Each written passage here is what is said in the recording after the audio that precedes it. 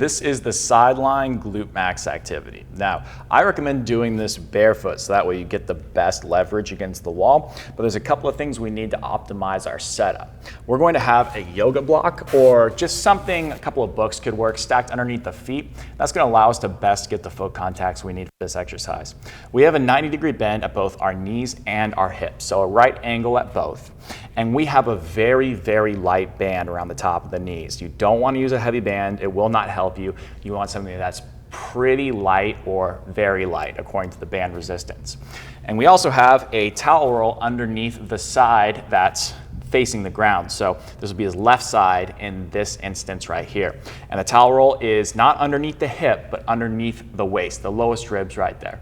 And some sort of pillow that will allow you to keep your head nice and neutral and isn't side-bending you to one side or the other or shoving your head forward or backward. So everything is in line right here. So to initiate this exercise, we need to first get our rib cage in a good position. So Jacob's just gonna take a nice full exhale through his mouth. Sigh the air out for about 5 seconds. He's gonna feel his rib cage come down. Good. Now, he wants to feel the foot contacts on the wall of his right first metatarsal head and inner heel. That's going to allow him to connect his glute working with his foot. And we want to make sure we're genuinely using our glutes. So the way that we do that is maintaining that ribs down position. He's going to reach this top hip for the wall away from him. So that's almost going to elongate the top side of him right here and crunch the bottom side out. It's almost like he's doing a little side crunch to that bottom side there. So he should feel that without flaring his rib cage, of course. Okay, so to recap so far, we've got the foot contacts on the right side. Left foot is also flat. We have the ribs down, and we have this hip reaching for the wall. He's going to slide his right knee ahead of his left knee, or the top knee ahead of the bottom knee, without ever losing that inner heel or first met head contact. And then he's going to slightly raise his knee towards the ceiling without ever losing those right foot contacts. So he never wants to roll the outside of his foot. He wants to make sure that he's maintaining those. So if that's as high as you can get, that's totally cool. You just want to make sure you're going forward first and then up. And if you do it right, you should feel your lower butt cheek on this side, this top side here, working really well. So Jacob is going to breathe in through his nose, out through his mouth, nice and relaxed. Check in with yourself. Is your neck activated? Is your low back activated?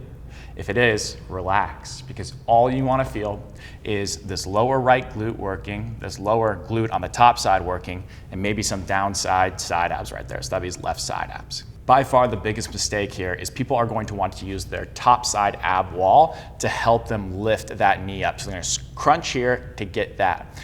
The reason why we have this reaching away is so that way we don't do that. So it's important that we keep our rib cage down, but we still have this intention to reach away. It may help you to take this side, this downside elbow, and push it into the floor to help you get a little bit of those downside side abs, but ultimately just keep the intention to keep all this relaxed in this ab wall while reaching this towards the wall. And that'll allow you to still feel that glute working really well.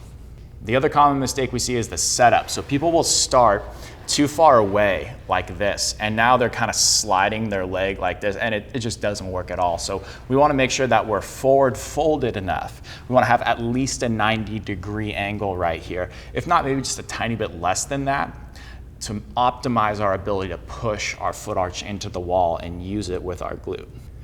And finally, the last thing to keep in mind is just don't extend your low back, don't let your ribs flare at all.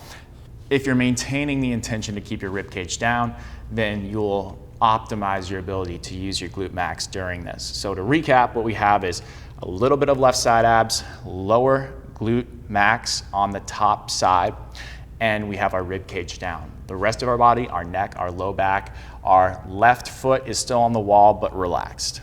If you're struggling to find your glute max on that top side, it may help you to take just a half step forward with this top foot right here. So you don't want to go further than that because that's going to limit your ability to push your knee forward, but just get your toes of this downside in line with maybe just the ball of your foot right here or a little bit beyond that, and that's going to allow you to find that glute max better.